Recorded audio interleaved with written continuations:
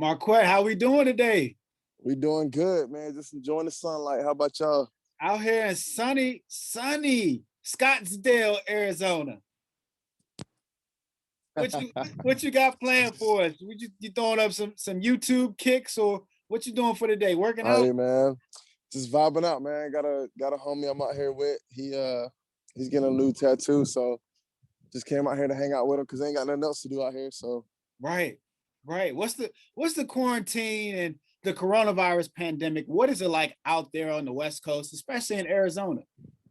I mean it's not strict, but they definitely have rules. You still gotta walk around with your mask on and stuff wherever you go, like when you go inside of different buildings or whatever, restaurants, whatever.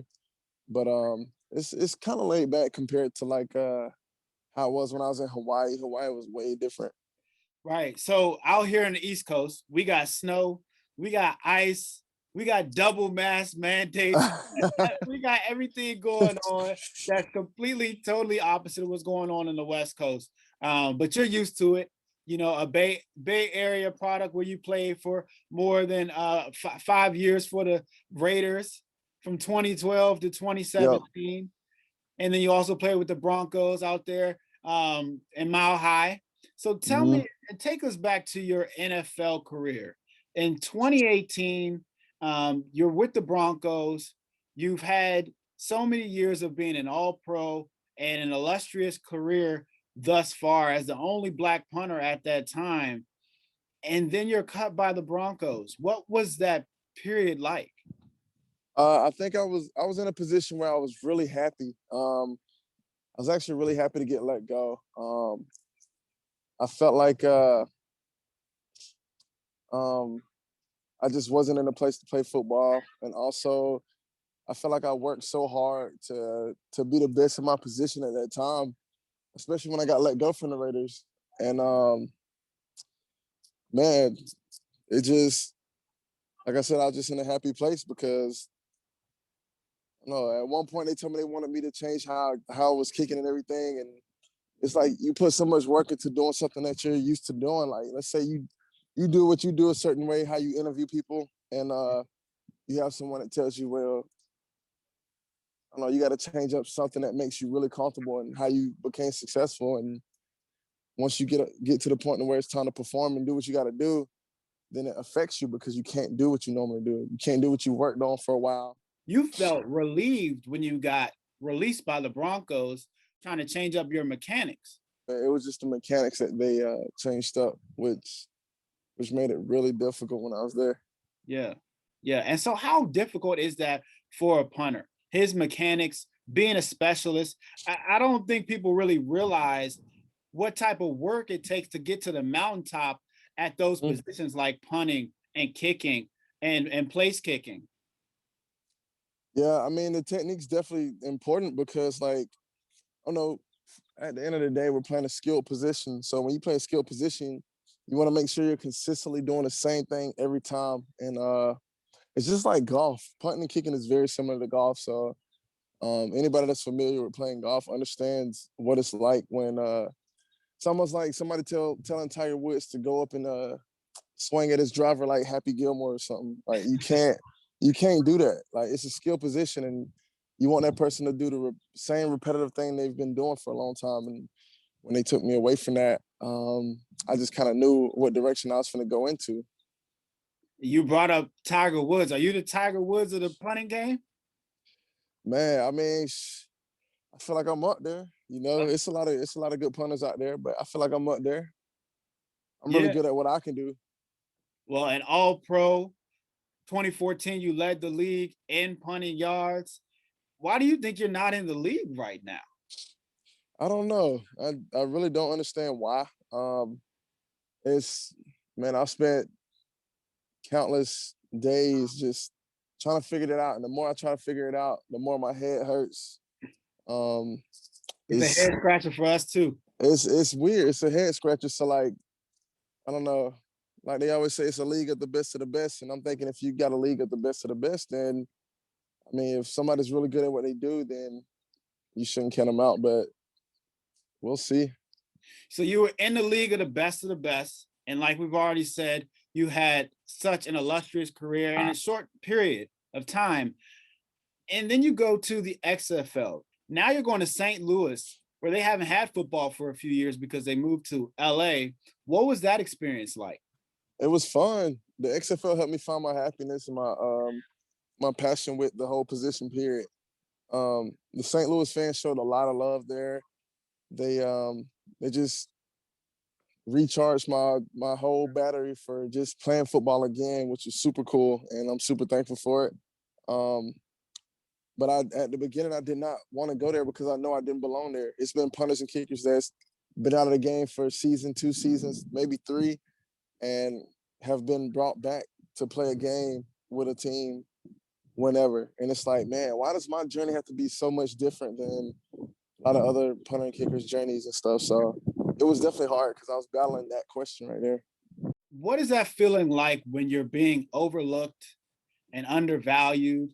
Not even the CFL, it wasn't like you were on the practice squad or anything like that. You had to go to an entirely new league.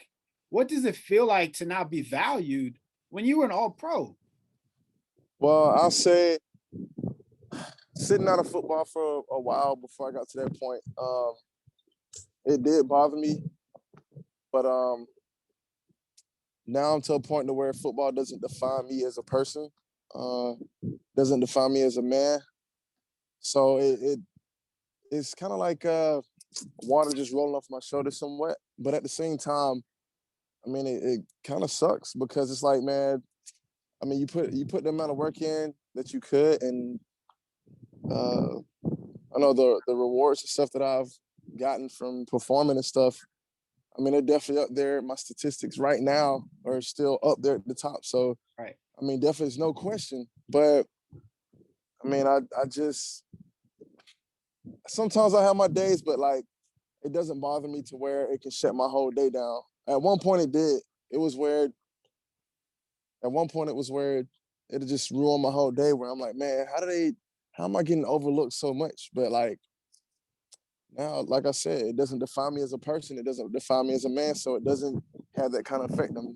Somewhere in the back of my head, it's like, dang, like, I mean, I'm sure there's people out there that know. You're so uniquely talented and multifaceted. During this quarantine period last year, you even got into your music heavy, and over 1 million streams on Spotify in 2020. You can Mm-hmm. really do it all. So bump the NFL. When we gonna get this Def Jam recording? When we gonna get this Def Jam recording signing for you? Man, I mean, my focus is still on the NFL. Like that's my goal to still get back and play because I definitely belong there. Um, but at the same time, what a lot of people need to realize is that athletes are way more than just athletes. Like they're humans too. We eat, sleep, breathe the same. Like nothing's different. So people should understand that athletes are way more than just one thing in their life. Um, but like, no, it feels good, man. I took the same mindset that I had when I was becoming a professional punter, and I just moved it over to with music. And I just constantly think about just being the best way at creating the music that I like to create. And if it's meant for people to connect to me and connect to the music that I make, then it's meant. It'll happen. I love that slogan. I love that campaign more than an athlete, because as a former athlete and as athletes, we can do whatever it is that we set our minds to, right? You can do music, you can do athletics. You're also an HBCU man. Yep. Tell me about what going to an HBCU taught you, as far as, the things that you've done in your career so far and how it set you up on this path. Going to HBCU, you just don't have the same things that a lot of big time colleges have. They might have like really nice weight rooms, a really nice practice field, blah, blah, blah. But then you go to HBCU and we just don't have the same things. So basically, when I was at Fort Valley State, it just taught me to just deal with what I got and make the best of it. And the more you work, you got to work 10 times harder, especially coming from an HBCU period. So the harder you work, when you get on the even playing field where everybody else has had everything they needed to succeed, it makes it way more easier when you're on an even playing field with everybody else. So that's one of the main things that Fort Valley taught me. And I'm sure a lot of HBCUs have taught a lot of other people that attend HBCUs in their careers. Did Fort Valley put that chip on your shoulder? Yeah, yeah, for sure. It definitely did. And coming from HBCU, I feel like we don't get the same kind of opportunities. So like we're kind of overlooked anyway. So it's almost like you get one chance and you get way less chances to prove yourself because we come from so-called smaller colleges. Stephen A. Smith and Chris Paul are doing the Why Not Us docu-series with ESPN's Undefeated. You know, they just had an episode that came out with North Carolina Central, and they were talking about a lot of the things that you expressed, and they don't have the exact facilities, but they have the players, they have the talent, you know, they have the grind, they have the drive like you had to make it to the NFL. But unfortunately, they are overlooked. And I think, Yeah, you know, people like Prime Time going down to Jackson State and some of the guys who have gone to Howard's basketball program as far as top recruits in the last couple of years will help to bring some of the limelight back to the HBCUs, because we think about the best football players ever. We're thinking about Jerry Rice and Walter Payton and yep, you know, Steve McNair and my man Michael Strahan, all of these guys, and of course Marquette King now doing it in the punting game. You all have pioneered this sport and you've done it your own way. And I really want to commend you for all of that. I mean, I'm talking to Walking Black History right now. One of 5 punters ever in the history of the NFL. He led the league in 2014 in punting yards. What does that mean, representation? What does that word mean to you? I feel like it's one of those things where you just put in a position. I don't even really know how to describe it. I don't know how to describe it, man. It's definitely if people see me as a person that represents small fraction of Black history, then that's an honor. But honestly, don't know how to describe it. I'm so busy living life, man. I don't know. I'm just here. I mean, it is Black history, right?